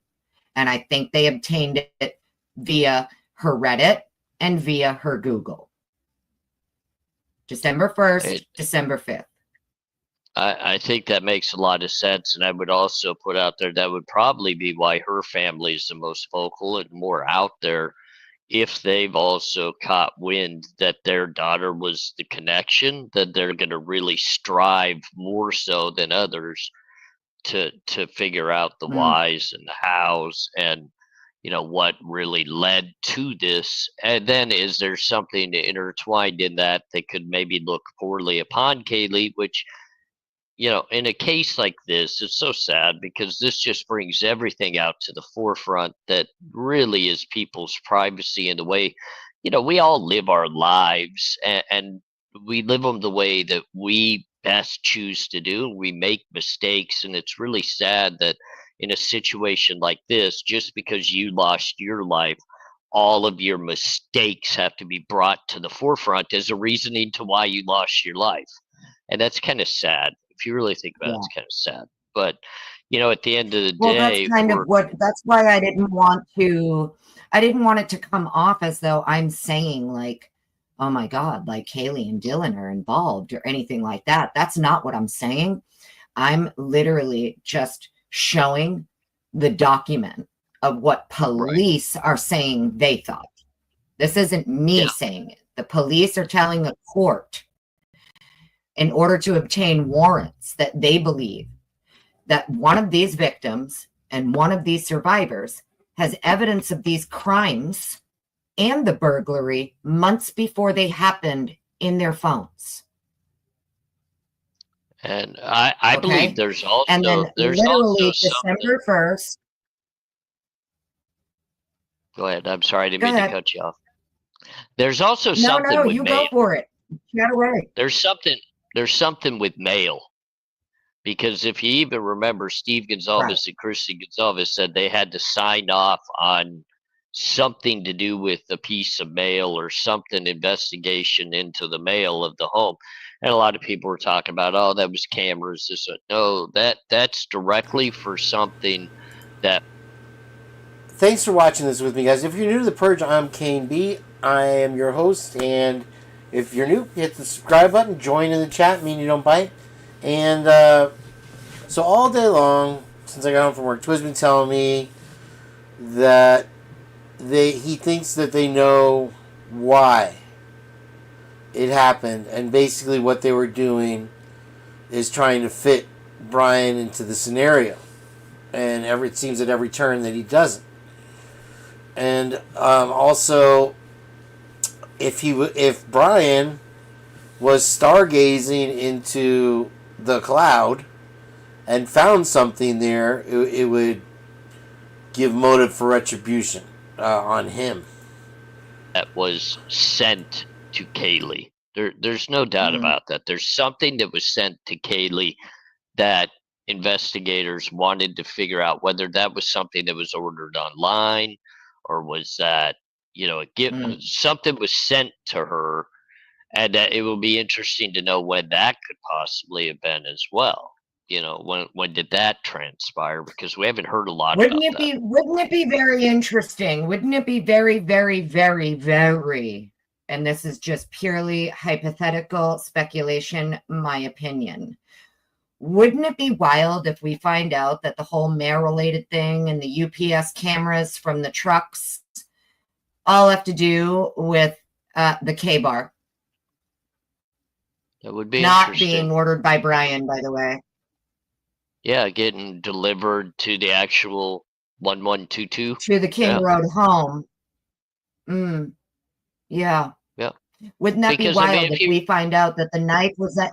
Wouldn't it be fucking crazy if we find out that this knife was actually ordered by either one of the victims or one of the survivors and delivered to the damn house?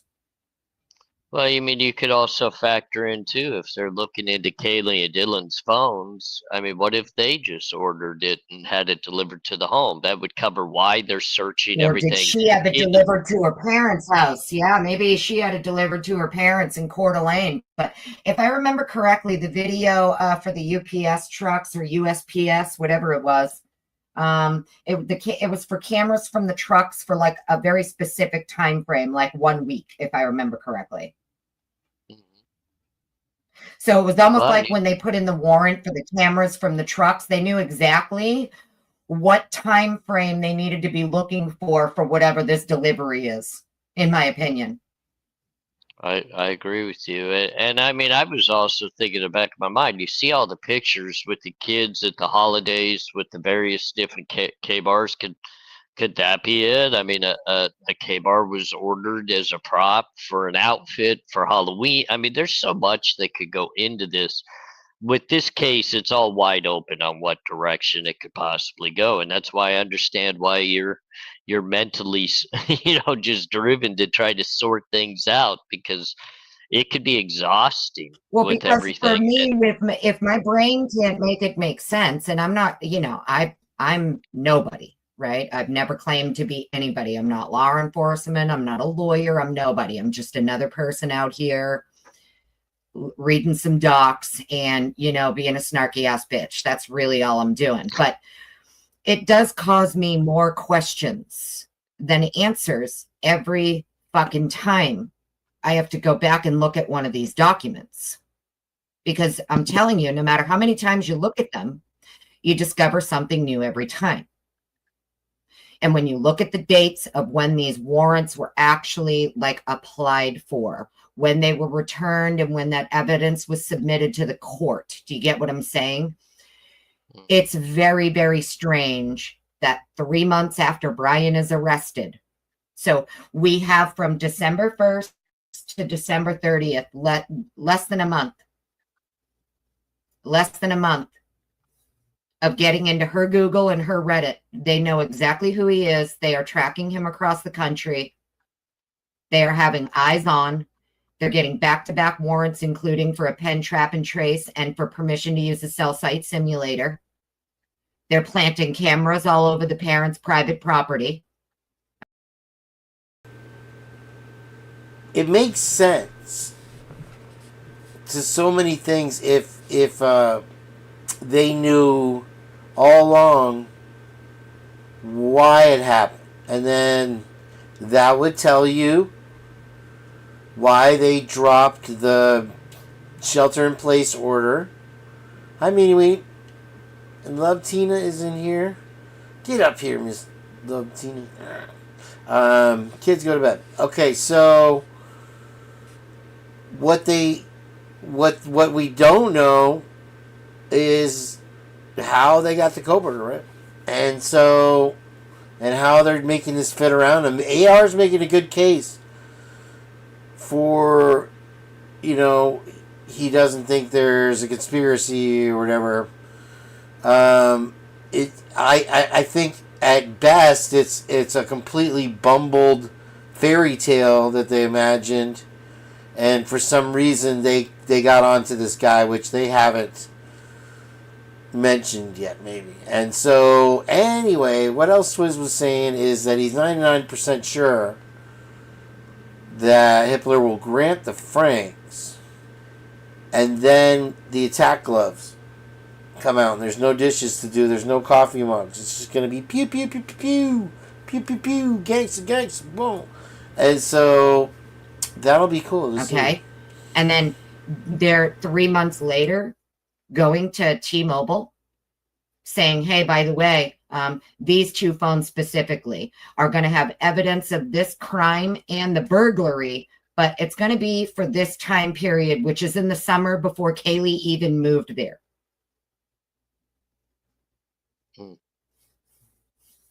Which is odd. Weird, right?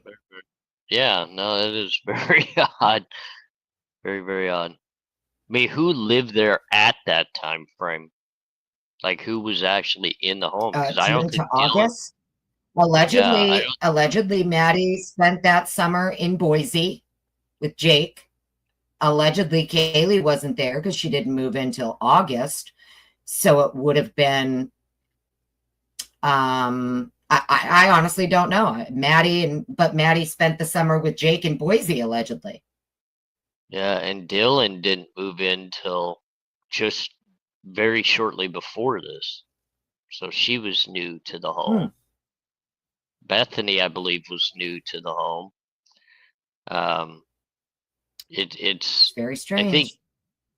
I can't remember when Xana moved in there. Xana might have been one of the long-term people that was there. Maybe. Like, I don't think they were all there for... Like, Maddie was there the longest, but she also left for a while, like you said, to go to Boise with her boyfriend. So, I mean, that seems like a dead end to me of trying to puzzle together. It was even said, if I remember correctly, though, Ethan's mom even said that's some in later interviews, something about Xana staying with them for the summer at their lake house. Remember, before they went back to school. There was a statement from Stacy about Xana staying with them over the summer up in their little lake house or whatever at Priest Lake or whatever. So to be honest with you, I have no idea who was living in the home from June to August, but it would appear from what everybody's said so far, according to the Chapins, according to what we've heard about Maddie being in Boise for the summer, Kaylee wasn't living there. Xana was allegedly with Ethan for the summer at Ethan's parents' lake house. So it would have been people there. I couldn't even tell you. I mean, could it be any of the people we've seen on body cam who are always there when none of the actual residents are? Right. Yeah, I mean, For all we know, they were just subletting it out for the summer while they bounced. It's not uncommon. If you know you're going to leave for the summer, you sublet out your room, right? Yeah. I mean, I think one thing that would be interesting to find out is how long did Dylan and Kaylee know each other? Like, when did they officially meet and intertwine with each other? Because if they're thinking to go back all the way to June, I don't think Dylan had even started school yet by that time. Yeah, because she was an incoming freshman. Look, I'm going to share this with you so that you can see it for yourself. That I'm not. This is why my brain has questions.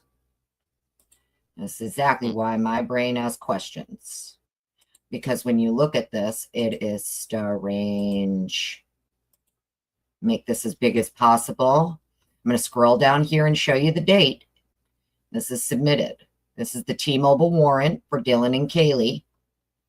And Lawrence Mowry's getting it March 30th, 2023. And when you get up here, he is saying right here, he's issuing the search warrant.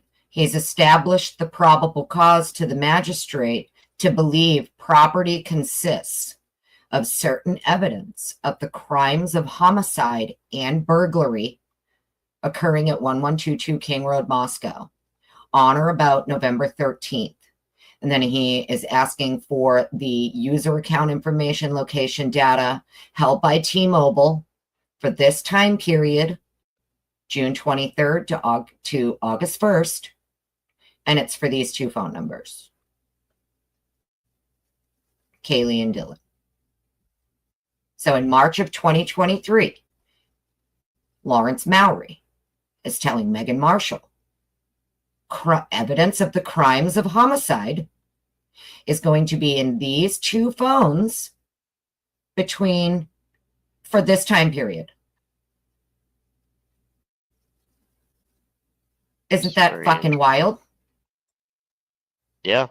I mean, that's very, very interesting. I mean, they're obviously trying to connect the dots to a connection, but I mean, I would like to know what they got back from that. Right. This is what I'm saying though. This isn't even for Brian. This is what, you know, when Elisa Masseth is talking about how months and months after Brian's arrest, they were still obtaining warrants and information on the victims. And Elisa Masseth said, are they doing this because they're pursuing the alternative suspects? Right? Right. That exist in this case. That's what she was saying, is that they were still getting all these warrants months and months and months and months later for the victims because they're pursuing alternative suspects. I think it's very interesting that Lawrence Mowry here believed Kaylee and Dylan specifically would have information pertaining to these homicides and burglary in their phones over the summer before they even lived there.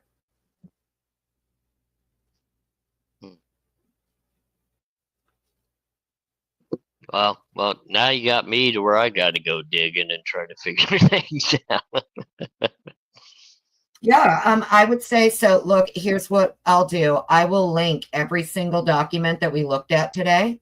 Actually, wait, because some of them are not on the thing still. Let me see. I think all of these are still on the Cases of Interest website. But what you want to look at is going to be your, this is going to be under the filing order to seal and redact T-Mobile. Okay. And then you also want to look at the motion to suppress Google Warrant 1. So the one I'm talking about is a date of 7/13/23. That's the T-Mobile order to seal and redact. T-Mobile, everybody take notes. July 13th, 2023, order to seal and redact T-Mobile. Then you have May 31st, 2023, order to seal and redact Google. That is going to be for, that's the one I didn't share with you yet, but you like that one. That's Brett Payne. It's another thing for Google. And this is one for Google where the inventory, it's March 9th. Even better. See, this is just another thing that ties in, friends. So on March 9th, Corporal Brett Payne downloaded the data for this Google account. This Google Drive, if I remember correctly, zip files of all digital records for the Google accounts of Redacted and Redacted. It's two of them that Brett Payne downloaded the data for. And that's happening, let's see, when did he do this? March 24th. So he did this, Brett Payne did the download for this Google March 24th, and then March 30th, Mowry is going and getting the T-Mobile warrant for Kaylee and Dylan. Okay, so we have July 13th, 2023, the order to seal and redact T-Mobile. Then you can look at the one that I was talking about, these Googles. They are both for March 7th, 2023, order to seal and redact Google, and then another order to seal and redact Google, both for March 7th, 2023. Then there is another order to seal and redact Google, May 31st, 2023. That's the one that Brett Payne downloaded. Mowry put it in. Mowry's the one who did the warrant for it. It was returned to Payne, and Payne downloaded the data.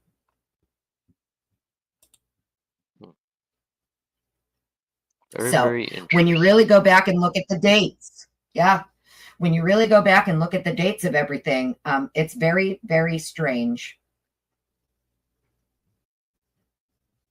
It definitely is. I'm gonna have to deep dive back in. You got me spinning around now. Thanks for bringing me in. You know, and it just, well, I appreciate you hopping up because, you know, I know that a lot of what you do because you've dealt with this for a long time, plus like your background and stuff.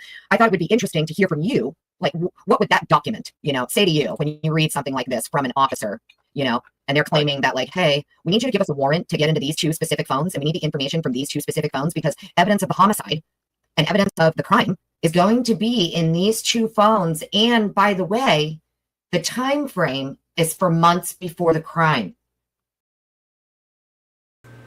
All right, let's move on. We did that one. I think we're there. We're getting there. Here's a tactic that it all... There. I don't know how everything repeated. Let's see what's up here. Okay. Yeah. We're going to keep it under 2 hours tonight, guys. I'm going to shut it down. I got to get to bed for work here. I'm going to have a little snack. I want to thank everybody for being in here. I really appreciate you watching that with me. I missed it today because I had to work a different shift because they fired the manager I liked that hired me. So anyway, I want to be rested for tomorrow, and I appreciate everybody being here. This was very, very interesting. Let me make sure, if you're on your way out and you don't mind, hit that like button. Leave a comment for me later on after your fingers have recovered from all this chatting.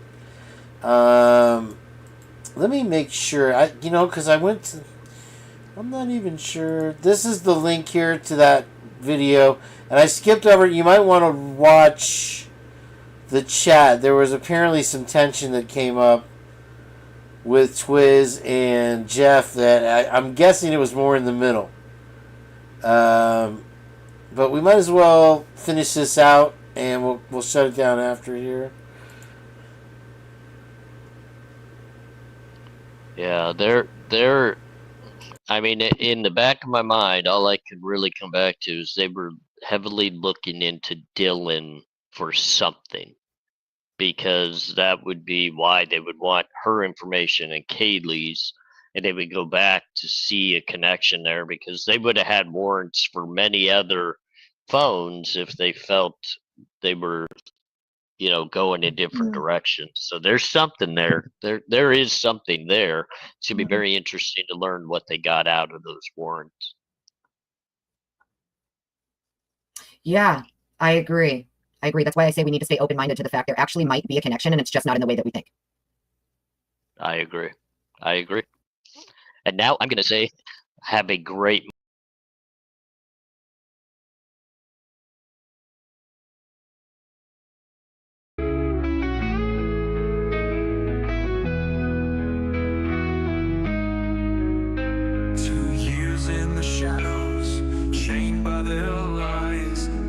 their verdict under smoke-filled sky. Show me proof my lawyers call, but it's all charades, just whispers and shadows in their crooked crusades. You bulldoze the truth, left the questions to fade, buried the answers in the mess you made.